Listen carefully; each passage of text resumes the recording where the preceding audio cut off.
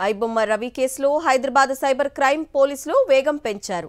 ఇప్పటికే 3 రోజుల పాటు కస్టడీలోకి తీసుకొని విచారించి పలు కీలక విషయాలు రాబట్టారు. మరో 2 రోజుల పాటు రవిని విచారించనున్నారు. అయితే ఓవైపు సిసిఎస్ పోలీసుల విచారణ నడుస్తుండగానే మరోవైపు సిఐడి ఈ కేసులో రంగప్రవేశం చేసింది. బెట్టింగ్ యాప్ వ్యవహారంపై ఐబొమ్మ రవిని విచారించనుంది. ఐబొమ్మ రవిని పోలీసులు కస్టడీలోకి తీసుకుని విచారిస్తున్నారు. 3వ రోజు కస్టడీలో భాగంగా 6 గంటలకు పైగా విచారించారు. అత్యంత గోప్యంగా ఎలాంటి లీకులు లేకుండా సైబర్ క్రైమ్ పోలీసులు అతని నుంచి వివరాలు రాబడుతున్నారు. కేసు తీవ్రత దృష్ట్యా ఉన్నత స్థాయి అధికారులే స్వయంగా ఈ విచారణకు ఎప్పటికప్పుడు మానిటరింగ్ చేస్తున్నారు. పైరసీ కేసులో నిందితుడు రవికి సంబంధించిన 6 అకౌంట్ల వివరాల కోసం బ్యాంకు అధికారులకు సిసిఎస్ లేఖ రాసింది. ఇప్పటికే డబ్బుల కోసమే బెట్టింగ్ యాప్ ప్రమోట్ చేసినట్లు ఒప్పుకున్న రవి 1x బెట్ యాప్ నిర్వాహకుల వివరాలు చెప్పేందుకు మాత్రం నిరాకరించాడు. అలాగే మూవీ రూల్జ్ అనే వెబ్సైట్ నుంచి పెద్ద ఎత్తున సినిమాలు కొనుగోలు చేశానని, అందుకుగాను క్రిప్టో కరెన్సీ ద్వారా మూవీ రూల్జ్కి డబ్బులు చెల్లించానని రవి పోలీసులకు తెలిపాడు. మరోవైపు స్వయంగా సిపి సజ్జనార్ రవిని ప్రత్యేక గదిలో విచారించారు. సిపి విచారణలోనూ రవి నోరు మెదపని పరిస్థితి నెలకొంది. ఐబొమ్మ రవి విచారణలో పొంతనలేని సమాధానాలు ఇస్తున్నట్లు సమాచారం. ఎథికల్ హ్యాకర్ల సహాయంతో సర్వర్ ఐపీఎల్ను ట్రాక్ చేసే ప్రక్రియ కొనసాగుతుందని పోలీసులు తెలిపారు.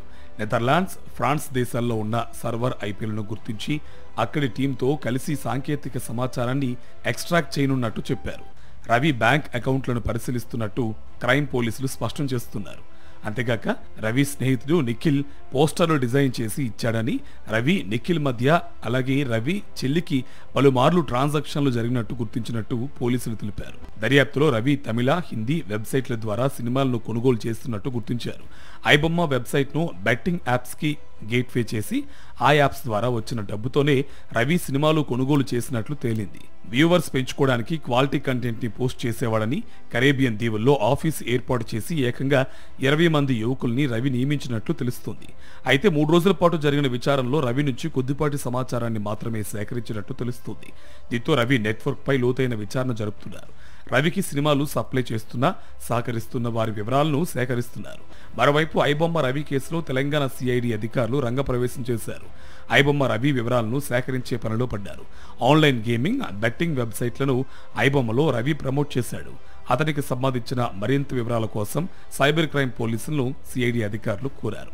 ఇదిలా ఉండగా బెట్టింగ్ ప్రమోషన్ కేసులను కూడా సిఐడి అధికారులు దర్యాప్తు చేస్తున్న నేపథ్యంలో ఈ కేసులో కూడా లోతైన దర్యాప్తు చేయనుంది సిఐడి.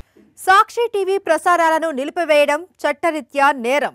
సాక్షి టీవీ ప్రసారాల కోసం మీ స్థానిక కేబుల్ ఆపరేటర్ను వెంటనే సంప్రదించండి.